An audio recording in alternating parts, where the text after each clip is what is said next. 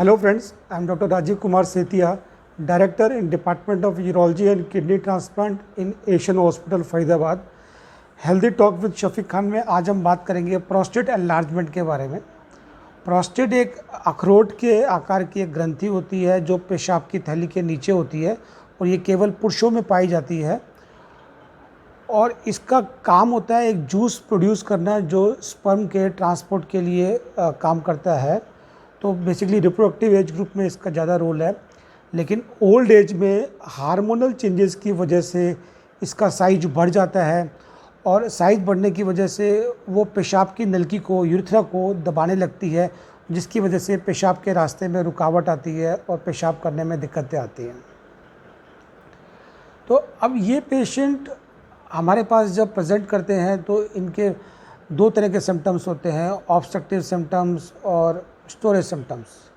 Obstructive symptoms का मतलब है या तो वो कंप्लेंट करते हैं कि पेशाब करने में ज़ोर लगाना पड़ता है, पेशाब की धार खुल के नहीं आती, पेशाब की धार पतली आती है, काफ़ी देर तक धीरे धीरे पेशाब आता रहता है और पेशाब करने के बाद ऐसा लगता है कि पूरा पेशाब नहीं हुआ, कुछ पेशाब अंदर पेट में पेशाब की थैली में रुका हुआ है। या फिर वो कंप्लेंट करते हैं कि बार बार पेशाब करने जाना पड़ता है, दिन में बार बार पेशाब करने के लिए भागना पड़ता है, रात को नींद से बार बार पेशाब करने के लिए उठते हैं और कई बार पेशाब लगता है तो अर्जेंट लगता है, उसको रोकना, उसको पोस्टपोन करना मुश्किल होता है और भाग करके वॉशरूम में जाना पड़ता है। तो ये मुख्य लक्षण है प्रोस्टेट एनलार्जमेंट के। अब हम बात करें कि ये होता क्यों है। ओल्ड एज में 55 साल की एज और उसके बाद पुरुषों में जो हार्मोनल चेंजेस होते हैं उसकी वजह से इसका साइज बढ़ जाता है। इसके अलावा और भी कई रीज़न हैं, जैसे जिन लोगों की लाइफस्टाइल सेडेंटरी होता है उनमें ये जल्दी बढ़ जाता है, या जिनको डायबिटीज़ या मोटापे की प्रॉब्लम है, ओबेसिटी है, तो उनमें ये सिम्टम्स एनलार्जमेंट थोड़ा जल्दी होते हैं।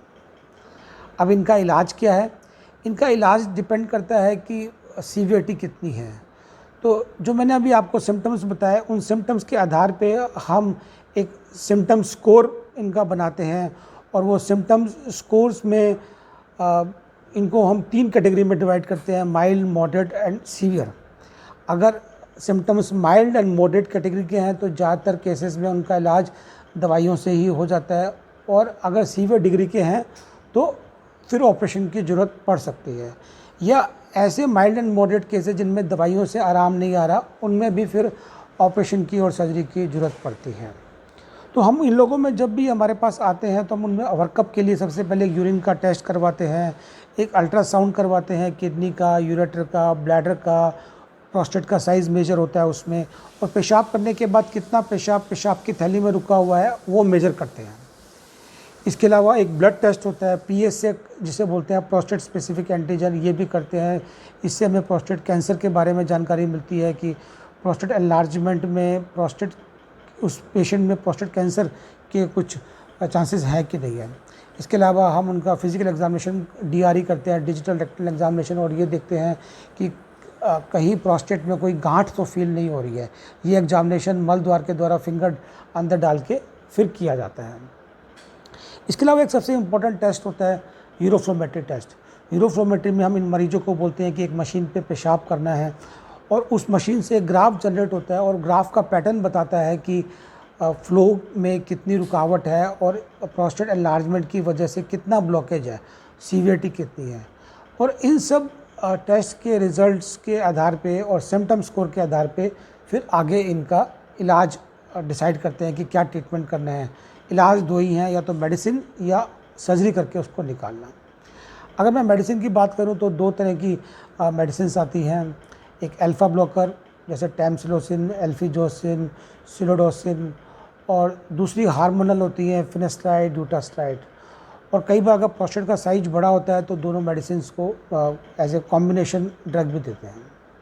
तो ज़्यादातर केसेस में मेडिसिन से इन लोगों में आराम आ जाता है, डिजीज़ के जो सिम्टम्स हैं वो कंट्रोल हो जाते हैं।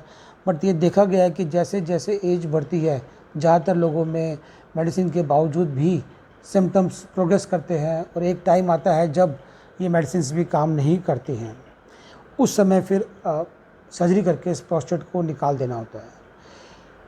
प्रोस्टेट की जो सर्जरी होती है वो दूरबीन से होती है, उसमें कोई चीरा या कट नहीं लगता।